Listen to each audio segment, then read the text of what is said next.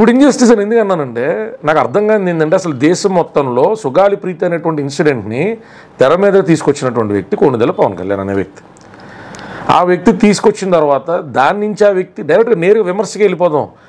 ఆ వ్యక్తి దీని నుంచి లాభం పొందడం ఏంటి?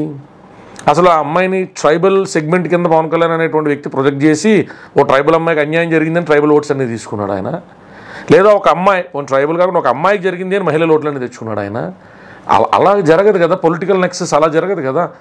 జగన్మోహన్ రెడ్డి గారి విషయంలో జరగదు, చంద్రబాబు నాయుడు గారి విషయంలో జరగదు.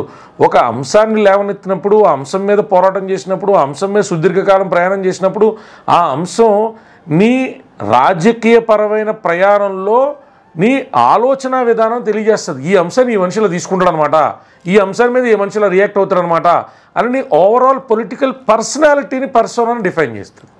పొలిటికల్ మైలేజ్ తెచ్చే టాపిక్స్ వేరే ఉంటాయి.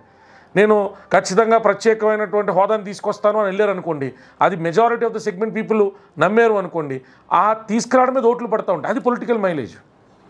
పొలిటికల్ మైలేజ్ సబ్జెక్ట్స్ వేరేగా ఉంటాయి. ఇవి హ్యుమానిటేరియన్ వాల్యూస్ని మన హ్యుమానిటేరియన్ కోణంలో చూసి జస్టిస్ డినైడ్ అవ్వకూడదు, డిలే అయినా పర్లేదు అనేటువంటి అంశాలు. ఇందులో ఒక కొణిదెల పవన్ కళ్యాణ్ వ్యక్తిని బాధ్యం చేస్తున్న మనందరం ఎవరు మరి? న్యాయవాదులుగా మేము వెళ్తున్నటువంటి న్యాయస్థానాలు, అందులో ఉన్నటువంటి న్యాయమూర్తిలో, మీడియానో, మీడియా మిత్రుల్లో, సోషల్ మీడియాలో ఉన్నటువంటి బాధ్యతాయుతమైన నెటిజన్లో అంతర్బాధ్యత కదా ఇది. అదేదో పవన్ కళ్యాణ్ అనే వ్యక్తి ఆయన బ్రెయిన్ చైల్డ్ సబ్జెక్ట్ లాగా ఆయన బాధ్యం చేసి ట్రోల్ చేయడం ఐ అండర్స్టాండ్.